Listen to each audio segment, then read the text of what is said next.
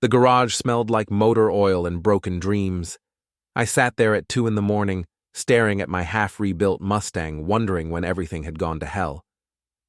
The answer came through the thin walls of our suburban house, my wife Erin's voice, sharp and cutting, talking to our 19-year-old daughter Sam in the kitchen. Your father wouldn't notice if I disappeared tomorrow. He's too busy playing mechanic with that stupid car. I'm Jack Morrison, 42 years old, recently unemployed factory worker turned handyman. 3 months ago, I thought I had it all figured out. 15 years of marriage, a daughter in college, a mortgage we could barely afford, and the American dream slowly strangling us all. Mom, that's not fair, Sam said, but her voice lacked conviction. Fair? You want to know what's not fair? Being married to a man who gave up on life the day he got laid off. I should have walked in there, should have defended myself. Instead, I grabbed a wrench and pretended to work on the engine block, letting their words cut deeper than any blade. That's when I saw it, a flash of light from Erin's purse, sitting on the workbench where she'd dropped it earlier. Her phone was buzzing, not her regular phone, the iPhone she always carried. This was a cheap Android hidden in a side pocket. My hands shook as I picked it up. The screen showed 3 missed calls from R and a text message preview that sent a chill through me. Can't wait to see you tomorrow night. Same motel. I opened the message thread. Months of conversations. Explicit photos, hotel receipts, and videos. God help me, videos of my wife with Rick Castellano, her business associate from the financial firm where she worked. You think Dad would notice if you vanished? He's too busy with his projects and his midlife crisis Mustang. Sam's voice drifted from the kitchen. Before we dive deeper into this story, I have one small request. Please subscribe, drop a like, and tell me in the comments what city you're watching from. The phone slipped from my fingers, clattering to the concrete floor. 20 years of my life, reduced to a secret android and a daughter who saw me as a failure. I picked up the phone, scrolled through more messages. The affair had been going on for 6 months. 6 months of late nights at the office, girls' weekends that were really motel stays, and business dinners that were anything but business. Next time, it's not just the car, I whispered to myself, remembering a line from some action movie. But this wasn't a movie. This was my life imploding in real time. The kitchen went quiet. I heard footsteps on the stairs, Sam heading to her room. Erin would be going to bed soon, probably texting Rick about their next rendezvous. I sat in that garage until dawn, reading every message, studying every photo, memorizing every lie. By the time the sun came up, I had a plan. Not for reconciliation or counseling or any of that Hollywood nonsense. I had a plan for something much more satisfying. Revenge. The Starlight Motel sat on the edge of town, like a monument to bad decisions. $40 a night, hourly rates available, the kind of place where people went to do things they couldn't do at home. I'd been watching it for 3 days, learning the patterns, timing the security guards' rounds. Rick's silver BMW was already in the parking lot when I arrived at 7 p.m. Slot 15, same as always. Creature of habit, this guy. Made my job easier. I parked across the street at a gas station and waited. My toolbox sat on the passenger seat. Not for fixing anything tonight, but for breaking it. 26 years I'd worked with my hands, building things, repairing things, making things work. Tonight, I was going to use those same skills for destruction.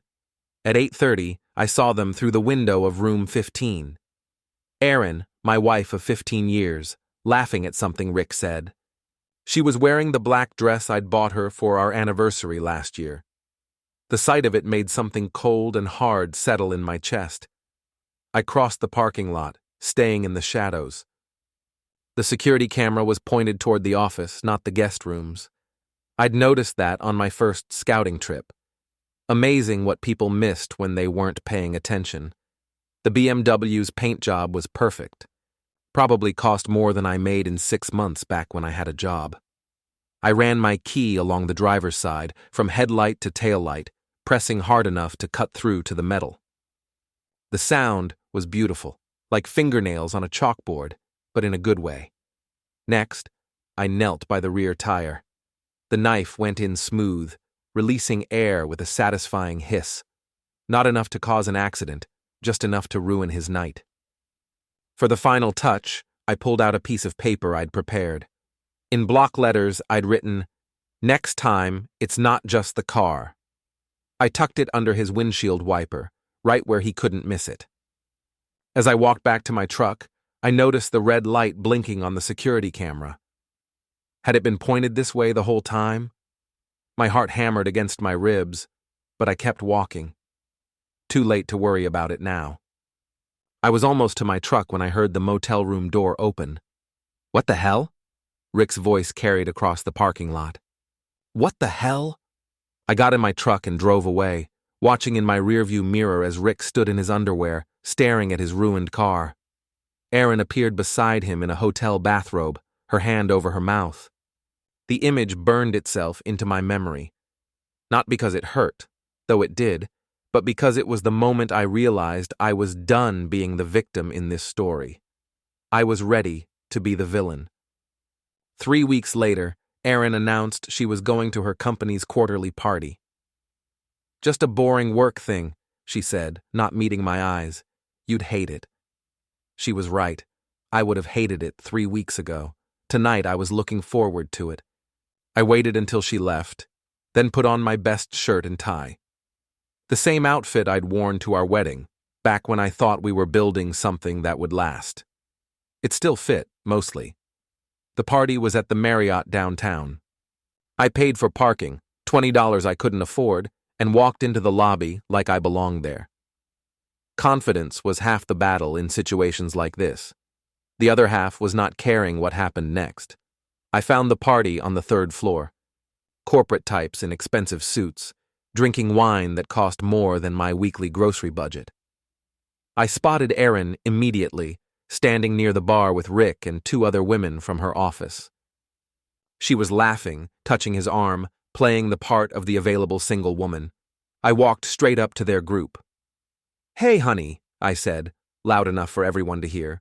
"Thought I'd surprise you." Erin's face went white. Rick took a step back, probably remembering his car and the note I'd left. "Jack," Erin stammered. "What are you doing here?" "Supporting my loving wife, of course." I smiled at Rick. "You must be the famous Rick Castellano. I've heard so much about you." "I don't think we've met," Rick said, trying to sound casual. "Oh, but we have." "Well, sort of. I left you a note a few weeks ago. Did you get it?" The color drained from Rick's face. One of the women in the group, I recognized her as Marla, Erin's best friend, stepped closer, sensing drama. "Jack, please," Erin whispered. "Not here." "Why not here?" I asked, my voice getting louder. "These are your friends, right? Your colleagues? Don't you think they should know what kind of person they're working with?" Rick found his courage. "I think you should leave. I think you should stop sleeping with my wife." The words hit the group like a physical blow. Conversations around us stopped. People turned to stare. In the age of smartphones, I knew this moment was being recorded from multiple angles. Rick stepped forward, his hand balling into a fist. "You son of a—" He swung at me, telegraphing the punch like an amateur. I'd been spending my mornings at Mick's boxing gym, learning to fight properly for the first time in my life. I ducked under his wild haymaker and slapped him across the face. Not a punch, just an open-handed slap that echoed through the suddenly quiet room. Rick stumbled backward, more from shock than force. The humiliation on his face was worth every penny this night was going to cost me. "Security!" someone shouted. 2 men in blazers were already moving toward us. I raised my hands, showing I wasn't a threat. "I'm leaving," I announced to the room. But first, a toast. I grabbed a glass of wine from a nearby table and raised it high. To my wife Erin and her boyfriend Rick. May they be as faithful to each other as they were to me. I drained the glass, set it down, and walked toward the exit. The security guards flanked me but didn't grab my arms. They could see I was cooperating. As I reached the door, I heard Erin calling my name. I didn't turn around. I'd said everything I needed to say. The elevator ride down felt like the longest minute of my life. When the doors opened, I walked out into the night air and breathed deep. Phase 2 was complete. By morning, the video would be all over social media. By the end of the week, everyone in town would know the truth about Erin Morrison and Rick Castellano. Sometimes the best revenge was just telling the truth in a very public place. The fallout was swift and brutal. By Monday morning, the video of Rick's failed punch and my theatrical exit had been viewed 12,000 times on various social media platforms. The local Facebook gossip groups were having a field day. Erin tried to control the narrative. "Jack's having a breakdown," she told anyone who would listen. "He's been unstable since losing his job." But the damage was done. Her boss, Mr. Greaves, called her into his office Tuesday morning. I know because I was parked across the street from her office building, watching through binoculars like some discount private detective. She came out 20 minutes later, her face red and blotchy. Not fired, but definitely on thin ice. The financial services industry didn't appreciate public scandals, especially ones involving married employees and their colleagues. That afternoon, I made my first major move. I drove to the bank and cleaned out our joint savings account, all $3,847 of it. Legally, it was as much mine as hers. Morally, I figured she'd forfeited her claim when she started spending our money on motel rooms. Next stop, the college bursar's office. I canceled the automatic payment for Sam's spring semester tuition. The money I'd saved would cover it, but now Erin would have to scramble to make the payment herself. The final stop was the hardest. I drove to Murphy's used cars and sold my Mustang to old Pete Murphy for $8,000, half what I'd put into it, but cash money. Pete knew I was desperate and took advantage, but I needed liquid assets more than I needed transportation. I used Pete's phone to call Erin. She answered on the first ring. "Jack, where are you?" The bank called about. "I took what's mine," I said. "The savings account, the tuition money, and I sold the Mustang." "You can't do this. Sam needs that tuition money." Sam's got a mother with a good job. Had a good job anyway. "How did your meeting with Mr. Greaves go?" Silence on the other end. "You're destroying everything," she finally said. "No, Erin, you destroyed everything. I'm just making sure you feel it too." I hung up and handed Pete his phone back. He was grinning like this was the best entertainment he'd had all year. "Divorce, huh?" he said. Something like that. My ex-wife took me for everything. House, car, half my business. Know what I learned? What's that, Pete? Sometimes you got to burn it all down to see who's really standing with you when the smoke clears. I took a cab home, thinking about Pete's words. By the time I walked through my front door, I'd decided he was right. Time to see who was really on my side when everything fell apart. The answer, as it turned out, was nobody. But that was okay. I'd learned to enjoy my own company. Mick's boxing gym smelled like sweat and determination. It was the kind of place where middle-aged men went to pretend they were still dangerous, and occasionally, to actually become dangerous again. Mick Torino was 65 years old, built like a fire hydrant, and had been teaching people to fight since before I was born. He'd also been my drinking buddy back when I could afford to drink. "Your footwork's getting better," he said, holding the heavy bag while I worked combinations. "But you're still telegraphing your right cross." "I'll work on it." I threw a few more punches, feeling the satisfying impact travel up my arms. "Mick, you still got connections in the private investigation business?" "Might do." "Why?" "I need some information on a guy named Rick Castellano, and maybe on my wife's best friend, Marla Chen." Mick stopped holding the bag. "You sure you want to go down that road, Jack?" "Sometimes it's better not to know." "I'm already down the road, Mick. I just want to know where it leads." 2 days later, he handed me a folder. Rick Castellano had a string of affairs and shady finances, but the shock was Marla Chen. I'd fired her years ago, and she'd been Erin's friend all along. Their affair began right after I testified against her. This wasn't about love, it was Marla's revenge. At home, I searched Erin's office and found a USB labeled insurance. It held emails, photos, and Marla's handwritten plan to ruin me, using Rick and Erin as pawns. I copied everything and prepared to strike back. I called my daughter Sam. She was cold, believing her mother's stories. Over coffee, I showed her the files. She read silently, then whispered, "She used me. Marla's been planning this for years. Your mother just went along with it. And Rick? Rick's an idiot who thought he was getting a free ride with a married woman. He had no idea he was part of someone else's revenge plot." Sam closed the folder and looked at me with new eyes. "What are you going to do?" "I'm going to give them exactly what they gave me. Public humiliation, financial ruin, and the loss of everything they care about. Do you want help?" I smiled at my daughter for the first time in months. "Actually, yes, I do." The plan we developed was simple and devastating. Sam would invite her mother, Rick, and Marla to her college's Parents' Weekend award ceremony.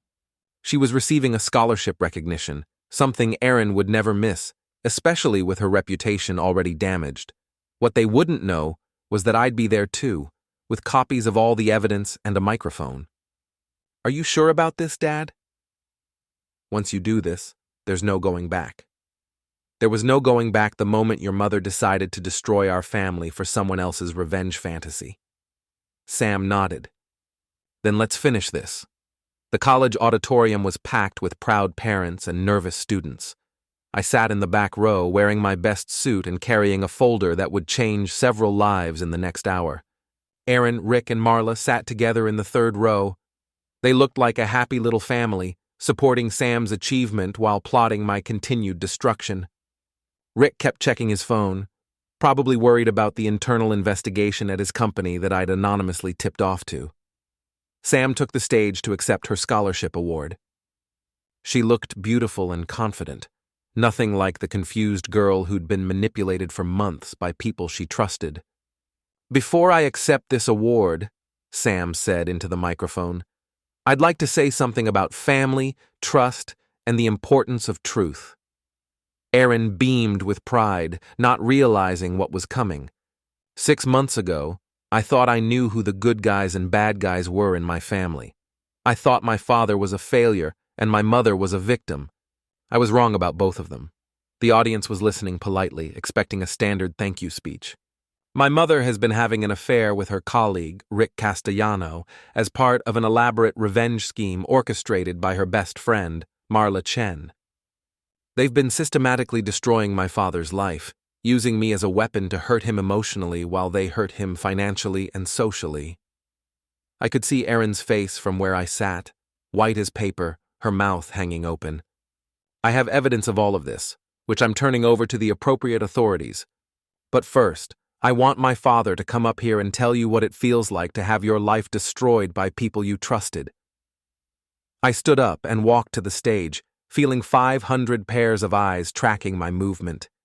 Rick was half standing, like he wanted to run but couldn't make his legs work. Marla was staring at Sam with undisguised hatred.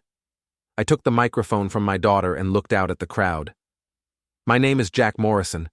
3 months ago, I discovered that my wife was cheating on me. What I discovered today is that the affair was orchestrated by a woman I fired for stealing from my company. She manipulated my wife's unhappiness, encouraged the affair, and used my own daughter to make me feel like a failure as a husband and father." I pulled out the folder and held it up. I have financial records showing how they've been stealing from Erin's company to pay for their scheme. I have emails detailing their plans to destroy my reputation and take everything I've worked for. And I have a handwritten confession from Marla Chen outlining her motivations for this elaborate revenge plot. The crowd was buzzing now. Cell phones were coming out, recording everything. "Rick Castellano, you're about to lose your job for expense account fraud. Your wife will be receiving copies of all your communications with mine." Your landlord will be getting an anonymous tip about your illegal activities." Rick stood up, his face red with rage. "You can't do this. I already did it, 3 days ago." I turned to Marla. "You wanted revenge for getting fired? Congratulations. You just lost your current job, your apartment, and your best friend. The evidence I'm releasing shows you as the mastermind behind everything. Erin was just your puppet." Finally, I looked at my wife. She was crying now, mascara running down her cheeks. "Erin, you chose to destroy our family for someone else's revenge. You used our daughter as a weapon against me.